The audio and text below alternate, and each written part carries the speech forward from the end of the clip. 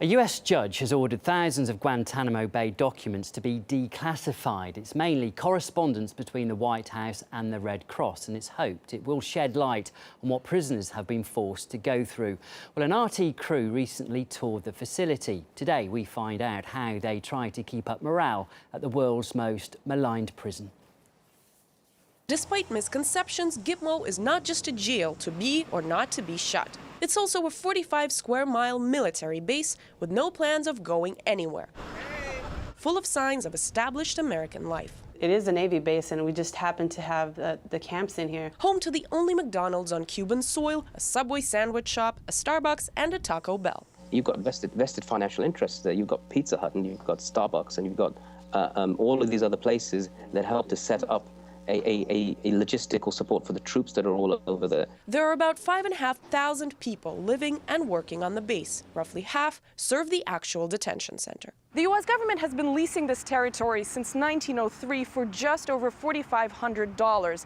Curiously, that is still the price today, but it's said that the Cuban government has been refusing to accept this money for decades. The Castro government said, we don't want this lease anymore, and the United States position was that it's a binding lease, and in the lease it actually says that it can't be broken unless both sides, both countries agree to that. That strikes me as a very odd contract. Sovereign territory that the U.S. has occupied against Cuba's wishes since 1959. Most officers come here for a short term of up to 9 months or longer deployment of 2 to 3 years. Far from home, life isn't put on hold. You can't date certain people, but you can certainly have, if it's within your rank system, then you're allowed to. There's the Downtown Lyceum, an open-air movie theater playing all the hottest Hollywood blockbusters, and a tiki bar to let loose after a hard day's work, even though most say schedules aren't that intense anyway. We actually get quite a bit of time off, like a decent amount, and we can go to the beach, and the MWR has a lot of activities for people to do.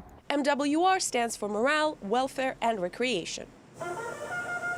Almost every sport known to man is available to Team Gitmo on state-of-the-art facilities. I love it. It's a lot of people think there's not much to do, but there's definitely an abundance to do.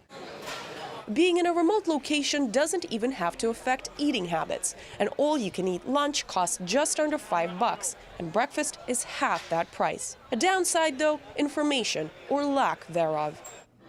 Article 15. A lot of the TV programs broadcasting here are Army-focused, and internet is almost non-existent. The base dubbed "No Streamistan" by some soldiers. Even so, we're told those serving here are banned from looking at websites like WikiLeaks, for example. Once classified, always classified. Fire. Even if the information has long been made public. There are other strict regulations in place, too. Fun fact about Guantanamo, apparently a life of an iguana costs here a little more than a life of a detainee. If you run one of these babies over, the fine is $10,000. There's a very strict speed limit in Guantanamo, and it's a very slow speed limit, and people say that that's all about the iguanas. Somewhat ironic at a place marred by human rights scandals. Officials make a point of showing journalists how well prisoners, too, are kept entertained here. We're now in a typical cell for a compliant detainee at Guantanamo. They would be allowed to have 8 books, have Colgate toothpaste here, some Head & Shoulders shampoo. The less compliant ones have to wear the orange uniforms and get only 2 books at a time. Let's go to the other side so you can see the books. Detainees can't come in here, but the prisoner library lovingly displays the best of their art for TV crews to see. A lot of pre-selected books to avoid certain topics. Violence, sexual, militant religious stuff, controversy.